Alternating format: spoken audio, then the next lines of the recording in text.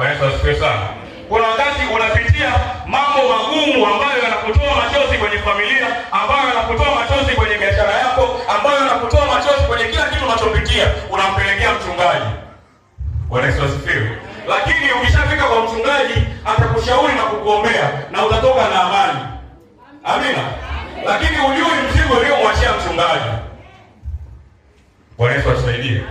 Hatujui kile ambacho kinatushinda sisi. Tukimsimulia mchungaji na kuondoka, unaweza kumwacha akiwa anacheka, lakini hujui baada ya hapo anapitia nini kwa ajili yako. Haleluya.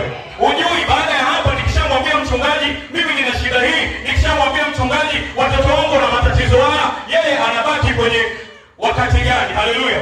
Lakini Mungu amempa neema. Amina. Lakini hiyo neema tunatakiwa tuilinde kwa maombi. Haleluya.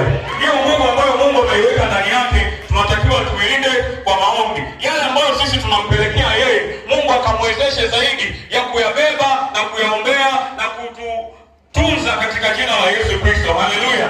Haleluya. Mungu akazidi kumpa neema ya kutufundisha, akazidi kumpa neema ya kutulea, akazidi kumpa neema ya kutuombea kila siku. Amina.